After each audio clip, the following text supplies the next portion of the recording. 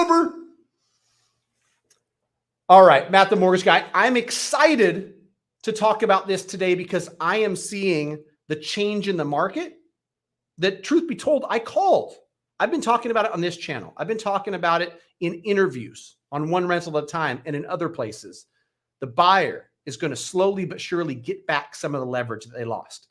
In most markets, especially if you're an entry-level buyer, March, April, May were brutal. And you're thinking to yourself, rates are higher and, homes are still expensive. Why in the world am I still competing against 8, 10, and 12 offers? It's tough out here. There's this many other people competing against me when it's tough. Well, here's what's happened over the last 30 to 45 days. Demand has started to lessen because of seasonality in real estate, because that's what happens every year, generally speaking, is most markets will peak in June or July. And then buyer demand, the amount of transactions being transacted, everything goes down for the second half of the year. If you haven't paid attention or you haven't looked at graphs, most of the home price appreciation happens the first 6 months of the year. And then you see flattening or home price depreciation over the last 6 months. If you don't believe me, go look up some charts. It's fascinating, but it's true. So what I'm seeing now is that we've got this combination of forces. One being higher interest rates pushes demand down. Two being seasonality pushes demand down. And then sellers who haven't got that memo or doesn't understand how that works, a little bit unrealistic, thinking that they're going to sell as fast and for as much as they did in April and May. Well, it's no longer April or May. It's August. And in August, what is showing up with the offers I'm seeing sent out, with the counters I'm seeing, is a direct reflection of the fact that the market has changed. I'll give you a couple of examples because I've got real life examples. One of them being, apologies on Instagram. I had to go twice for you guys because I forgot to press live over here. Again, apologies. We're going to give this a try. It's a tester. Dozens of examples. I'll give you a few. Agent puts a home on the market, great entry-level market in Northern California, $649,000. I promise you, April or May, it sells within a week, it sells with multiple offers, and it sells above the $649 list price. Fast forward to August, it comes on early August, and they're so confident because things have sold at a higher price that they could even put a deadline. All offers are due by Tuesday at noon. Can't remember the exact deadline, and I'm changing some details to not give anything away. In today's current market, which is a lot different than May, where you'd have 6 to 8 offers all above 650, not only did they not get anything above, they didn't get anything, period. Deadline comes and goes, no offers. What that says to me is we're in a different market. We're in a market where buyers, thankfully, have a little bit of leverage. Buyers are in a position to come out and make an offer below list, make an offer with some seller concessions. Now, I don't want buyers to mistake this and think that you can just go out there and offer $100,000 below list and get an offer accepted, but know that you're in a better position than you were in May. Promise you that. And if you're like a lot of the pre-approved buyers I'm currently working with, my advice to you, even if you might not buy for 3 months or 6 months, you're like, listen, I'm in no hurry. Great position to be in. Still continue to watch because there's going to be phenomenal deals that aren't based on anything specific besides this seller's got to sell. And I'll give you another example because real life examples generally hit. Home listed at $750,000. I've got a buyer that says, like, I'm only pre-approved into the low sixes. Can we write an offer anyway? He's got a great agent that said, why not? I think they're overpriced at $750 anyway. They should be priced in the high sixes. So let's give them a little bit. Let's throw something out there.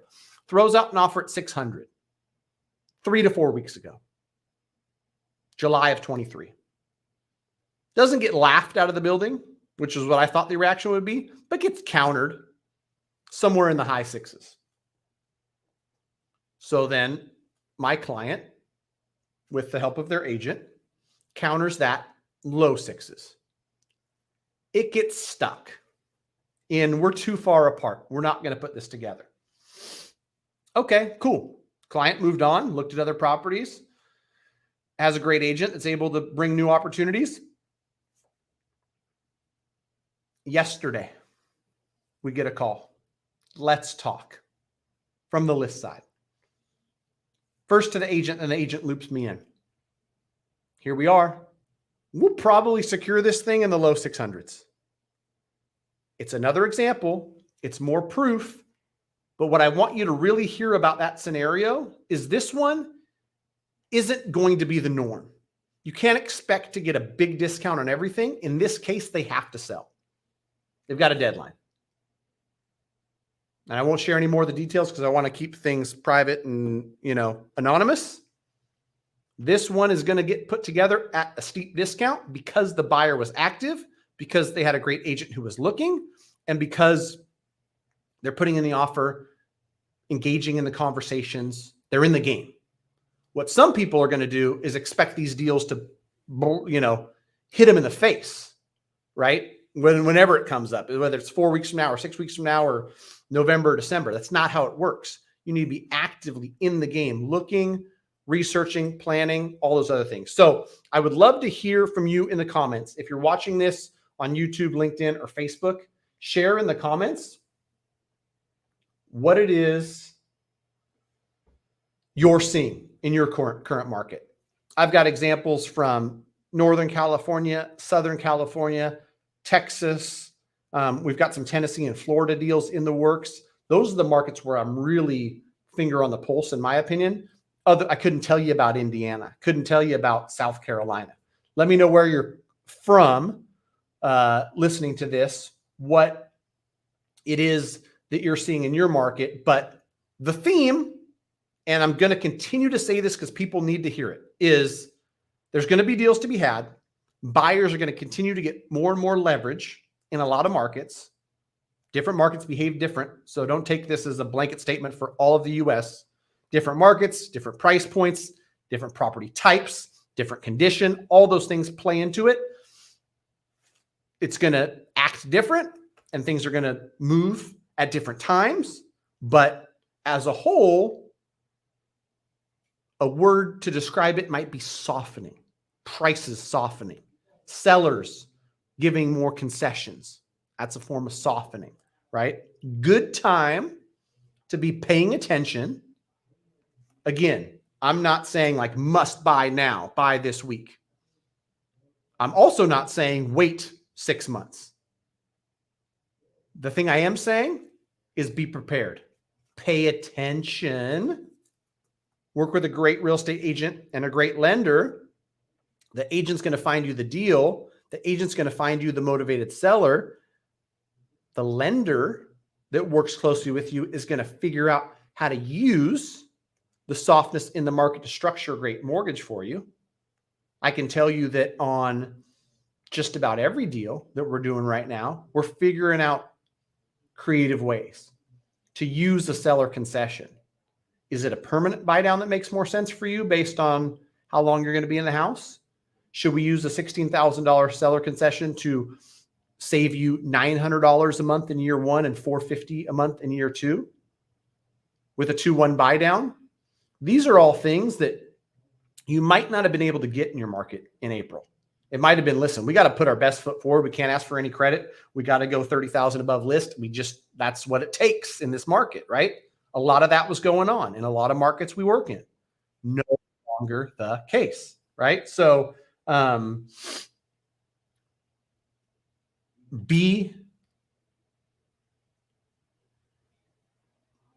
your eyes open as a buyer.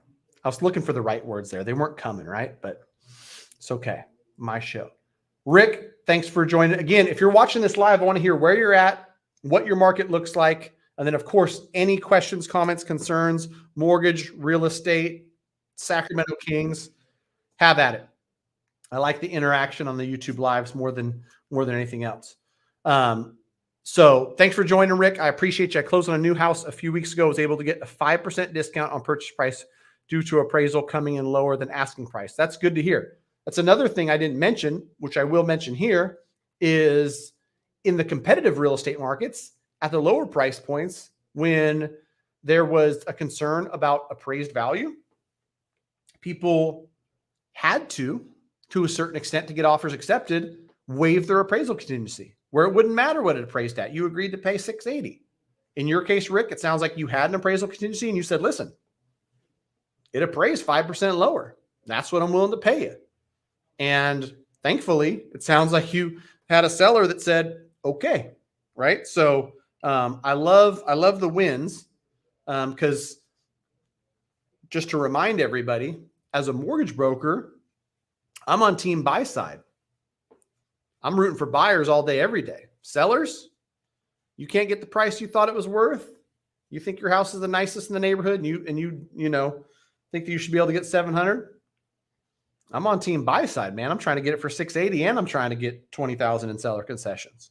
So yeah, good for you, man. Nicole Jansen, great question. Thanks for joining. How many discount points can you buy down? Is it permanent?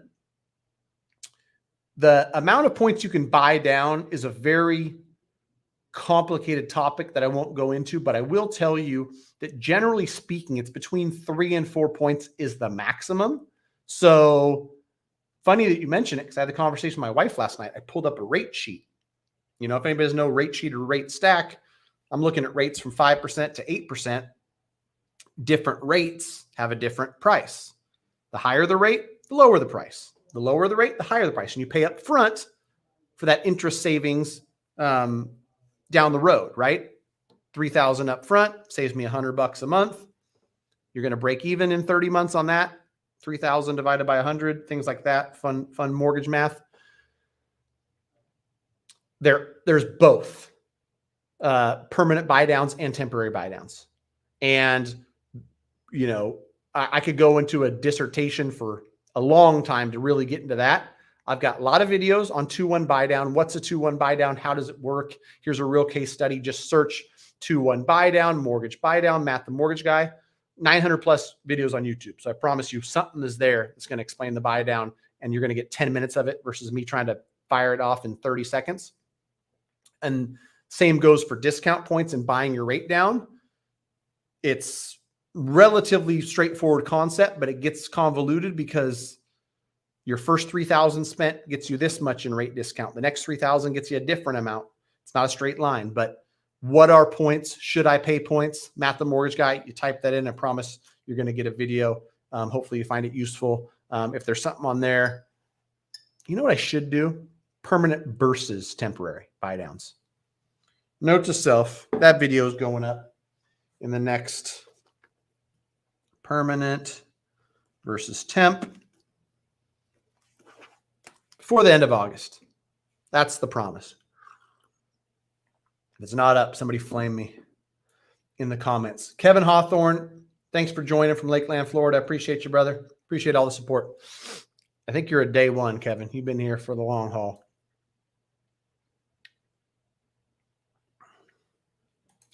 Ooh, another good question. Please fire away with questions. This is the best part by far, is the questions. Because I can't think of questions this good, because I talk about 9,000 things with people, and then someone asks a question like this. I'm like, yes, this is something that people are curious about.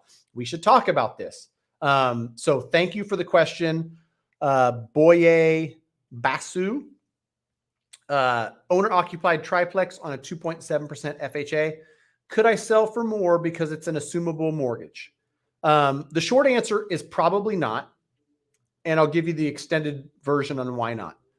Assumable mortgages, it sounds great. It sounds like a fantastic concept. The only problem is, in real life, it's not that easy. To do the assumption is longer than most sellers want to wait, you know, and if it takes you 60 days to close on it because the assumption process, and you've got another buyer and close in 21 days, do you want to wait that extra 40 days and then have something fall apart and now all of a sudden you got no deal.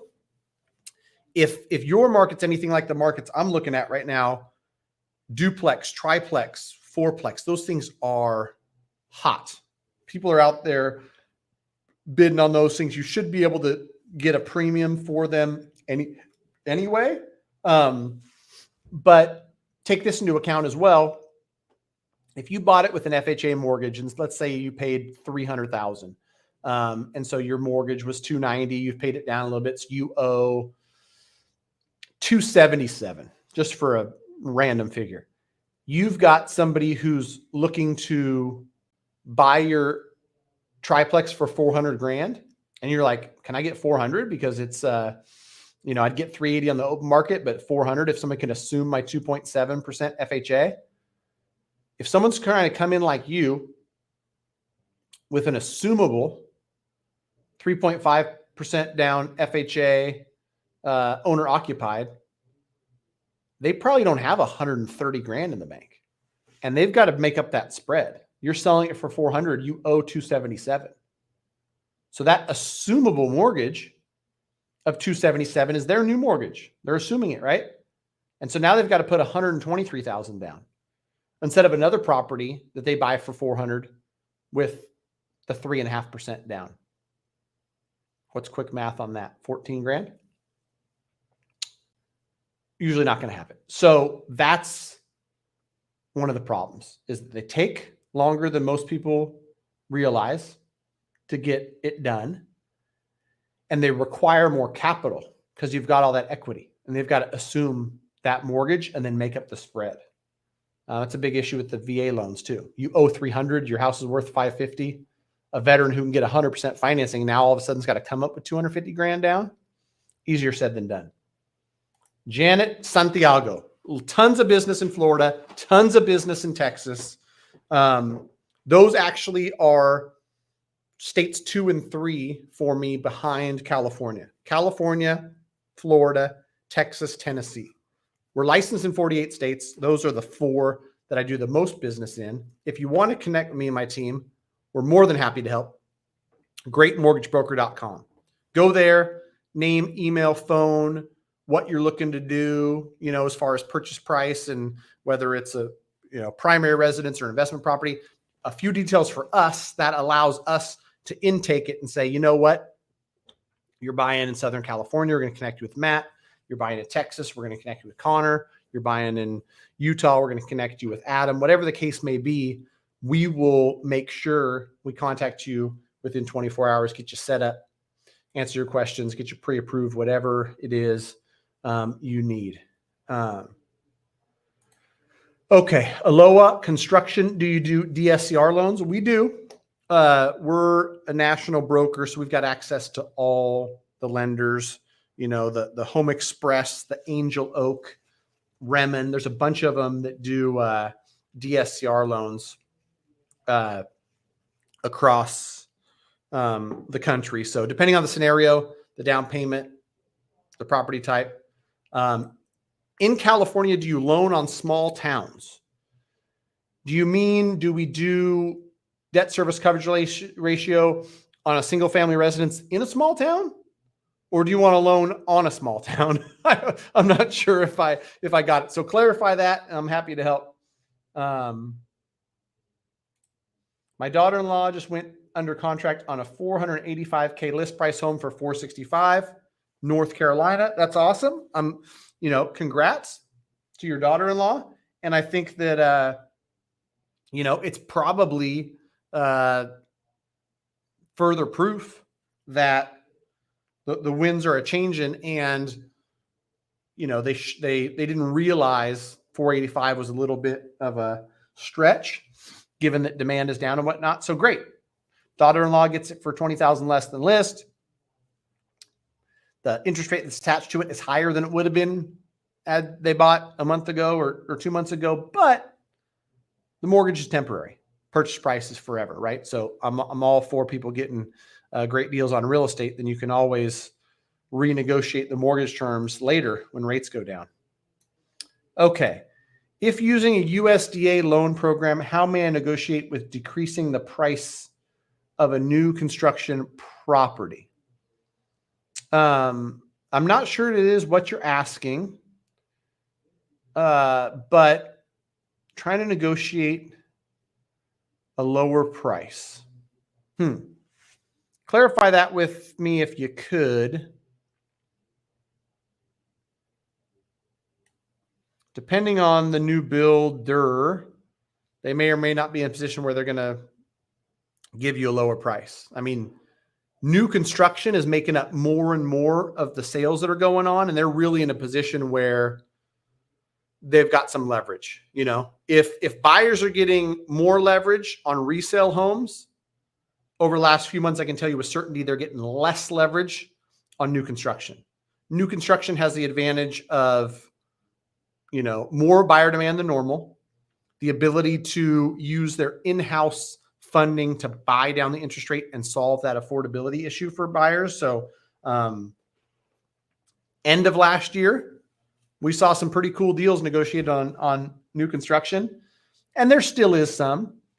The majority of it, though, is a credit to reduce the interest rate. Sellers of new construction are going to be hesitant to lower their price, because imagine a scenario where you own 55 homes in the community. If you lower the price 20 grand on one, now you've got a new comp. It essentially lowers the price for everything. So they're hesitant to do that. That $20,000 reduction could cost them $1 million in value across 55 properties.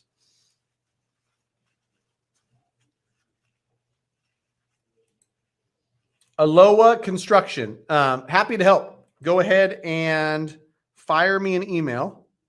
And I usually don't give out this one, but since you asked so nicely, matt@mtmg.com. That's the best way. We'll figure out a time to schedule a call. I should just share my Calendly, even though I want to make sure we keep it clean and I'm able to get in touch with people that I can serve the best. I've got a great team that is going to be able to filter some of it. Some should be with me. Some you should be talking to Michelle. Some of you guys should talk to Connor. Some should be talking to Adam. So based on what your needs are and what you're looking to do, the team can answer some of it. And then, I'm happy to jump on a phone call, strategy call, but fire me an email, matt@mtmg.com. Let me know what you're trying to do. I'll send you my calendar link. We'll put a call on the books and we'll connect very soon. James Tyndall, what's happening, brother? Hope all is well with you, young man. Title extraordinaire. I feel like I had a question about title. When I remember it, I'm going to hit you up, but I can't think of it offhand. All right, North Carolina deal. Looks like $20,000 off list price, and the sellers are paying closing cost. It's a win. I need a bell. Gosh, I have a bell. I got bells in honor of the Sacramento Kings making the playoffs. I don't know where my bell is, but anyhow, go Kings and go Springfield Sniper. Good stuff on the North Carolina purchase. The USDA loan is a program, from what I understand, credit to reduce the interest rate. Fire me a message, either greatmortgagebroker.com or just to matt@mtmg.com. Let me know the specifics. I'll look into it for you, because I'm not sure what exactly we're speaking of. USDA, is that something besides the standard USDA loan, 100% financing?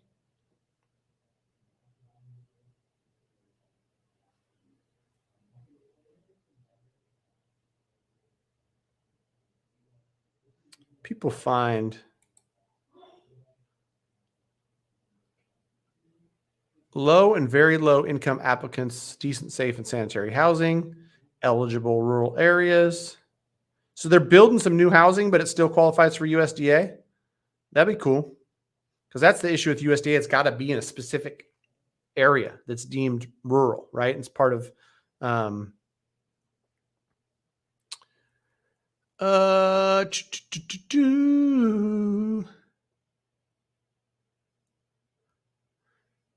income limitations.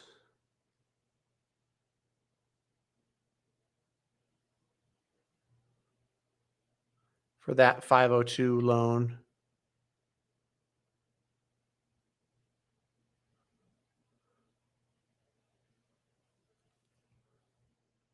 Effective August 1st, 2023, the current interest rate for single family housing direct home loans is 4.125. I mean, the only problem with this, quite honestly, because there's a lot of programs similar to this, is I can't imagine an area where they're building a new home where you're going to be able to qualify when you're considered very low income, right? Whether it's like 50% of the median or whatever that threshold is. Like if you make $3,000 a month, and I know for certain like USDA loans, your debt to income ratio has got to be pretty low. Like I'm not sure principal, interest, taxes, insurance, all in, you're going to find a $1,300 payment. But whatever the case, send me information. I'll look into it for you.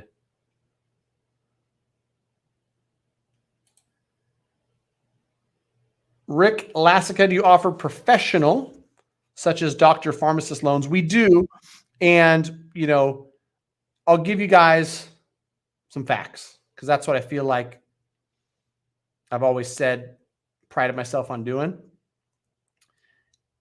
90+% of the loans you see out there that have a name for them, or they're special for a firefighter, for a school teacher, for a doctor, for a pharmacist. It's just marketing.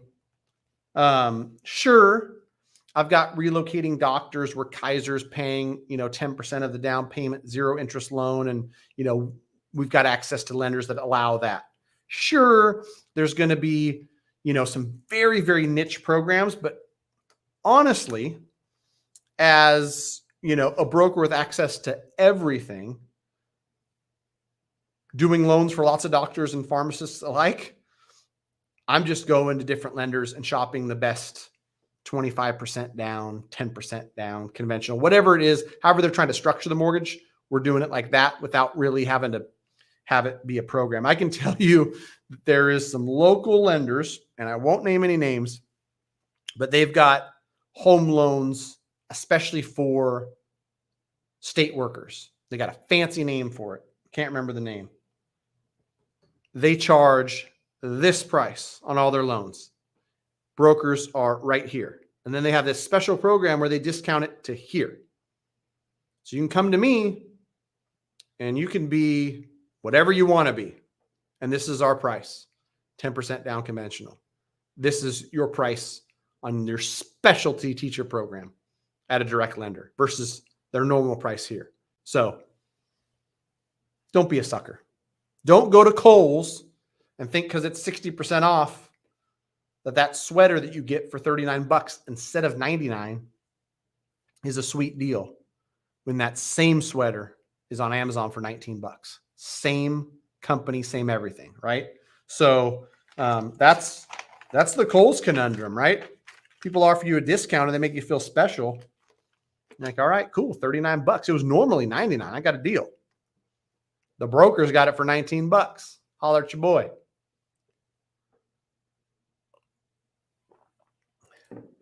I bought a property in the state of Oregon with hard money. I need to put it to a lower rate. If you can't qualify for conventional OLEA construction, then DSCR could be an option. And, we work with a lot of investors. So I've got investors like in your case that not only is the hard money expensive rate-wise, but hard money's not a long-term loan. If you don't get it paid back in 3 months, they're going to add points. They're going to up the interest rate. They're going to do whatever, but like it's got to be paid off because the debt service coverage ratio loans, they ain't pretty. Keep in mind that, cash out refinance or conventional deal, you're going to be high 7s, low 8s already. So when you get quoted a 9.5 for DSCR, you're like, holy crap, it's not that much high above what the conforming stuff is. So yeah, happy to look at it. Happy to look at the whole situation. Cause as you know, like everybody's different as far as like their specific scenario, what makes the most sense and whatnot. So when it comes to pulling out of that hard money, getting them paid off, so they're out of your life, all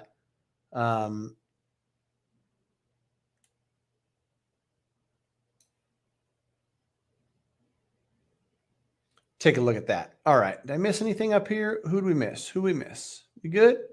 Chris D. Maybe very bad timing here. Under contract for a new build with 7-8 months to go. I went non-contingent, but still have a home to sell. 30K down. How bad does this look? Should I be concerned? Great question, Chris. I appreciate it. I think I had some more from you down here. I mean, should I be concerned? I had a client reach out to me over the weekend in contract on a new build, large purchase price, same kind of thing. Should I be concerned? So I'll give you my 1 minute how I see it. With demand down because of seasonality, with rates up, which is also pulling demand down, and affordability being a problem, the real estate market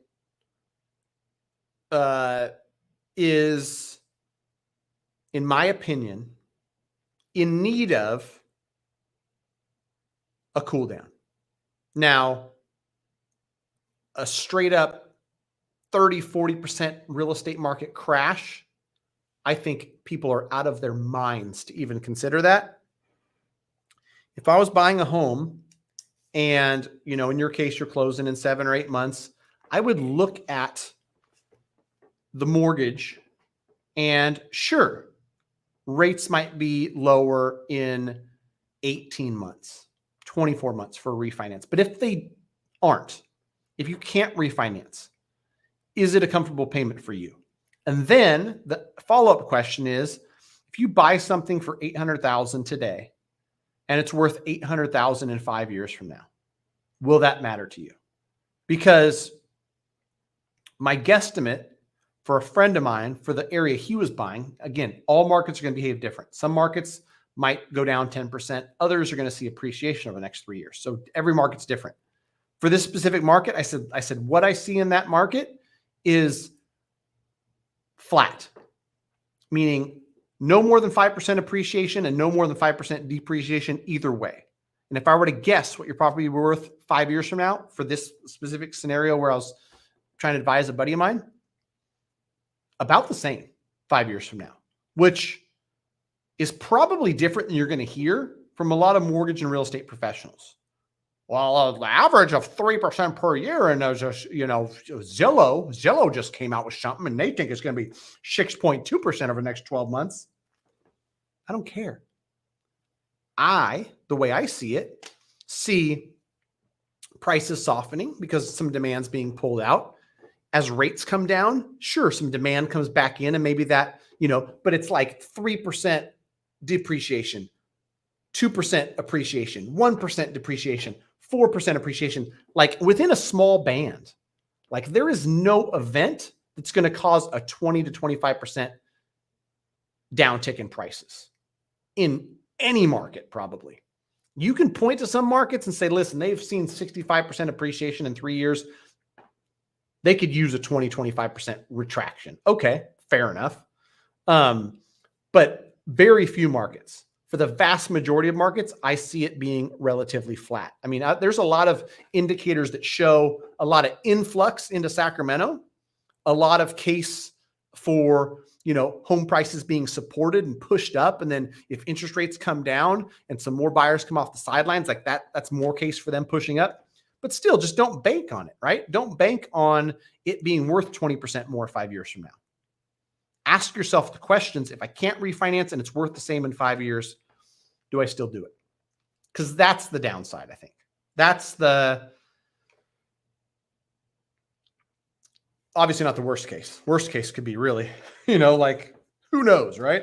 There's economic events, world events, election, all these things, right? But let me see if I get any more from the rest. Matt, thanks for your team answering me the other day and being super honest on being able to meet new builder closing cost match. Yeah, we probably, looked at it, gave you some advice. And then if you're 7 or 8 months out, like, let's look at it when you're 30, 60, 90 days out. Thanks for the comment, Chris. If you want to chat, you've got our contact info. So book a call, man. We'll talk about your concerns. For me, it's good getting a feel for, buyer sentiment and what's going on out there. But, if you plan on staying where you're buying 5, 7, 10 years, if the thought of not being able to refinance is not a deal killer, if the thought of the home being worth the same amount in 5 years, not a deal killer, then all good, right? Like, there's plenty of people, myself included, when I buy a piece of real estate, I'm looking at 30 years, not looking at 2, right? What Zillow tells me is going to happen in the next year doesn't affect me at all. Like, there's properties that I hold that, if rates went to 3 and somebody offered me $100,000 more than it's worth right now, I wouldn't sell it.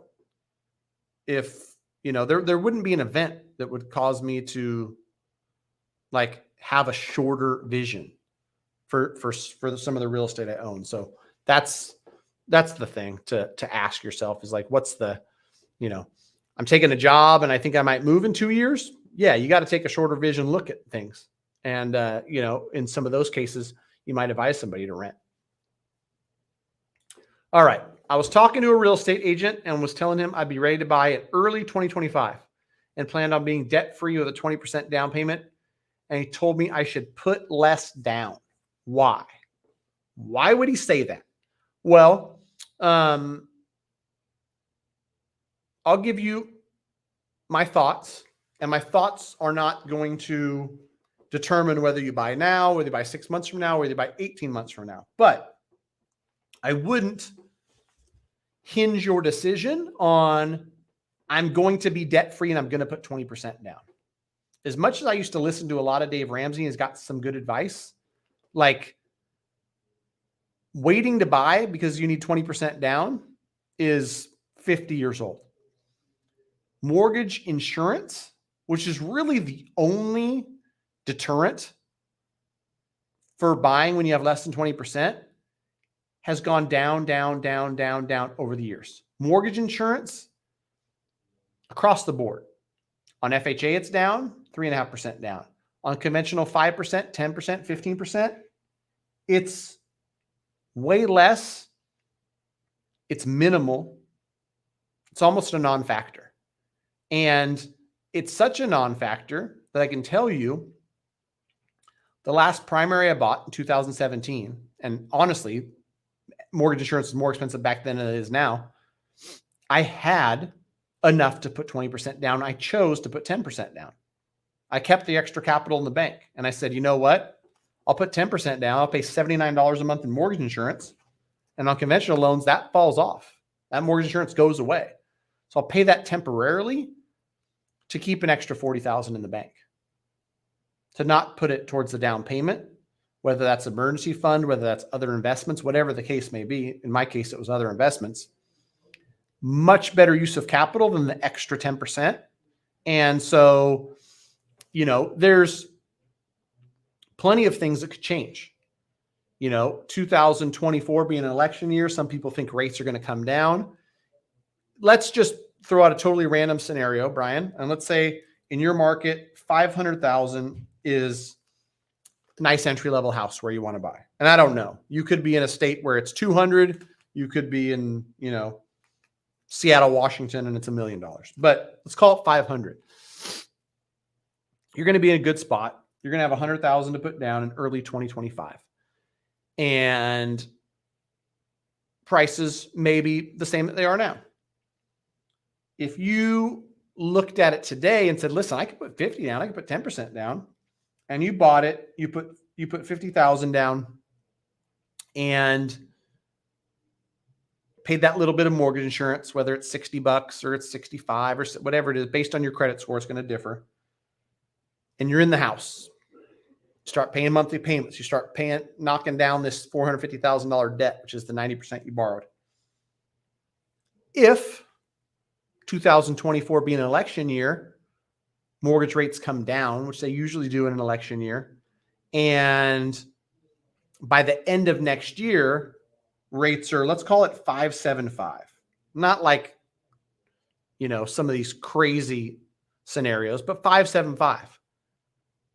I can promise you that lower interest rates, especially at the entry level, are going to push demand. Like, this is just a known fact. And one mortgage broker, Matt the Mortgage Guy, has got 85 pre-approved clients. Another guy down the street's got 50. Somebody's got 12. Somebody's got 17. The ones that are just on the cusp and they're like, you know what? I can't afford to buy at 500 because rates are high, so I'm going to wait till they're lower. They're coming back. Household formations are on the rise. The demographic that's mid-30s and forming families, like, that's growing. Demand is coming in all directions. I'm not saying it will happen, but it could happen. What if by the time you've saved the 20%, that same house is $540,000? Do we got to wait and save up another $8,000 for that 20%? Now we're mid 2025. Now it's 550. Now you're putting 20% down on 550 and you owe 440. Well, today you bought 500 with 10% down and you owe 550 and you've made some payments. So you're almost to that 540 already. And you got less competition than you would in a lower interest rate environment. I don't know. Nobody knows. That's one thing I can tell you for sure. But that might be a reason why they're telling you. But them and me and you and everybody, we're all guessing. None of us know for sure. All right. That's my 2 cents. Hopefully that was helpful. All right. I'm in contract now and signed loan papers with UWM through a broker. I have 23 more days to lock rates. With rates being so high now, can I still back out of the loan and wait till next year? Well, back to the last rant I just had, rates being lower isn't going to help you in real estate. Truth be told, it's going to cause more demand. You're going to pay a higher price. So pick your poison.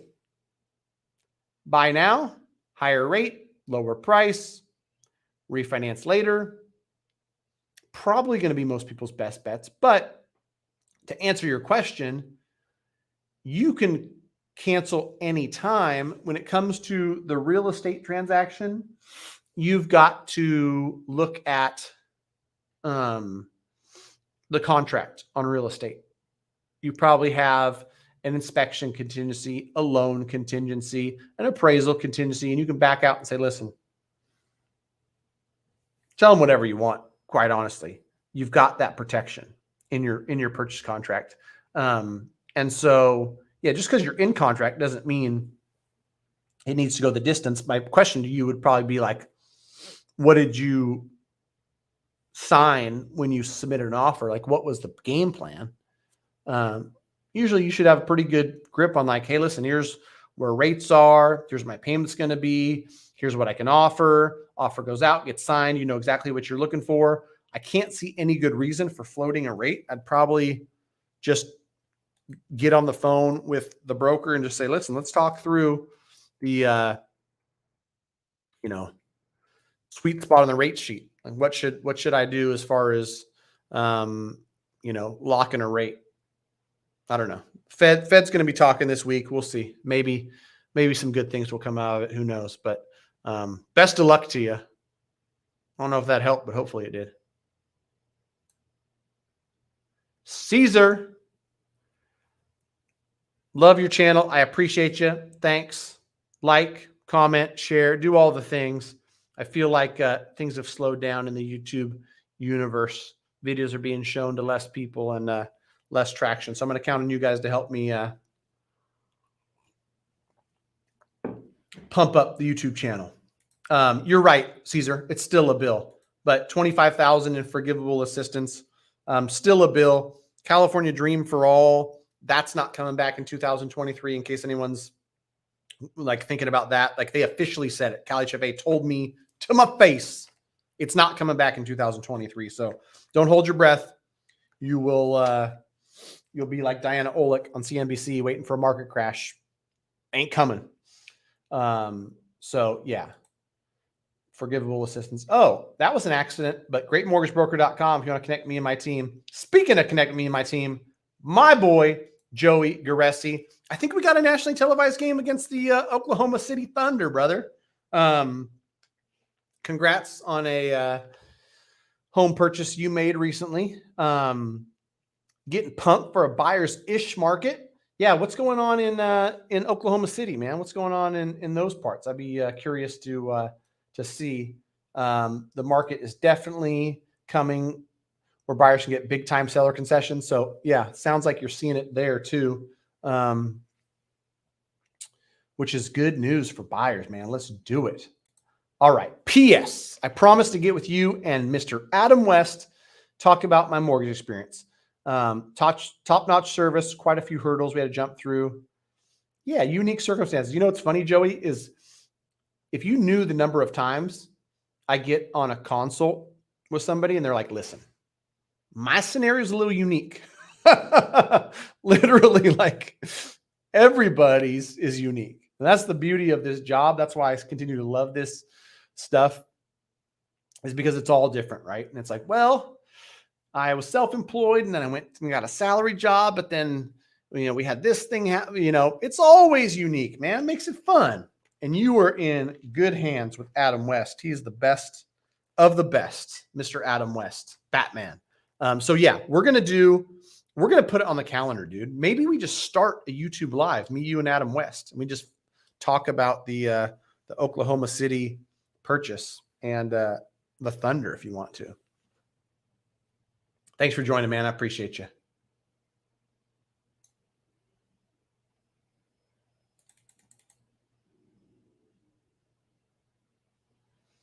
Oh, yeah. You already got this guy's question answered. Own my own personal house and a rental under my name. How many more properties can I purchase through a conventional? If you qualify, if the numbers work, if debt to income ratio works, Fannie and Freddie, the ones who buy all the conventional loans, they've changed over the years. They've at one time only allowed a maximum of 4. Today, 2023, as we're live, 10 properties. You can finance 10 of them. Quick little hack. You'll appreciate this one, Joey. If you have 10 properties already financed, guess what, Joey? You can go buy yourself a new primary, which is technically number 11, but if it's your primary, they allow it. How you like them apples? Literally just did that for a buyer in Texas. 10 financed properties, then they bought a primary. I think they replaced their current primary. Yeah. Or were they in transition from something? I don't know. But that's a little bit of a Hackerton. So yeah, Aloha Construction. If you qualify, if the debt to income ratio numbers work, then have at it. Up to 10 properties. And some lenders are weird where they're like, they'll only take a certain number because they don't want to have crazy exposure. As a broker, I'm dealing with wholesale lenders that fund hundreds of billions where they're like, yeah, I'll take 6 from this same investor, 8, a couple $1 million.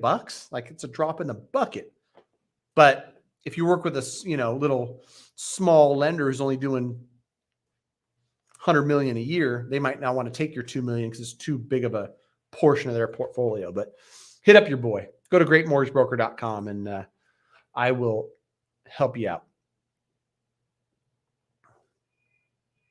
Oh, you know what? Look, see, you beat me to it, bro. See, you already know, Joey. You're pretty much on the team by now, man. Max of 10. After 10 loans, you can only get more loans if they were for primary residence. Man, you good, dude.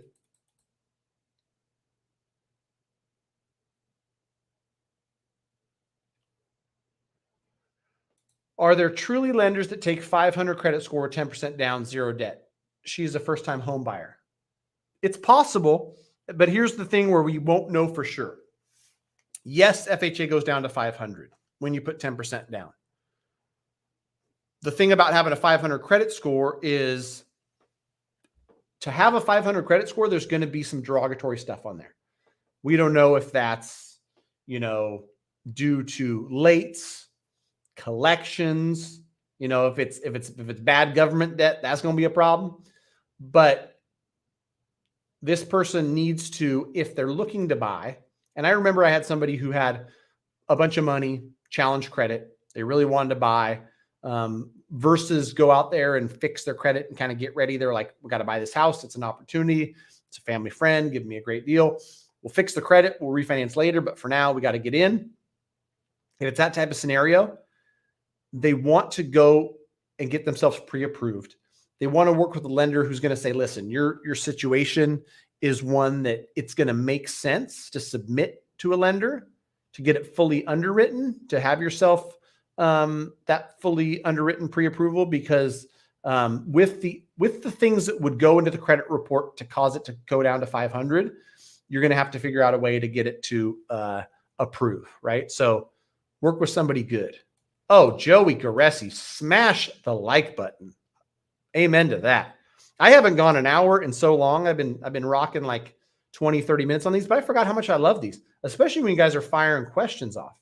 You guys keep firing questions. I could probably go for 3 hours. So keep them coming. Buy the house, state the rate. Livestone, thanks for joining. I appreciate you. Don't say the price of the home can never go down. People are going to call you a liar, right? It's possible. Over time, over a long enough horizon, it's impossible. You hold a home for 30 years, I promise you it won't go down. I can say that, and I can know that. The stuff I bought in 2006, people 5 or 6 years later were like, ha ha, look at you, paid $345, worth $200. But if you hold it long enough, real estate always goes up. So stuff that was bought for $345, now it's worth $600. Got them.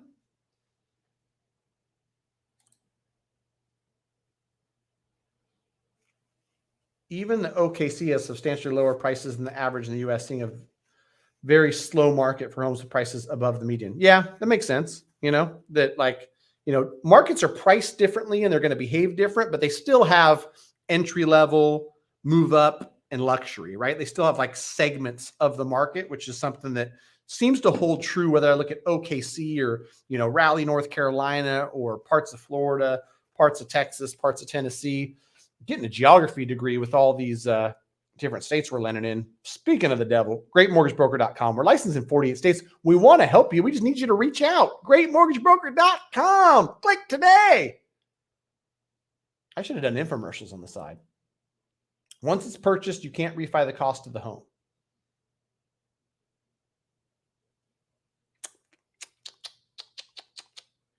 I don't know what that is. All right. Fire away your questions. Last call. This is like last call at the bar.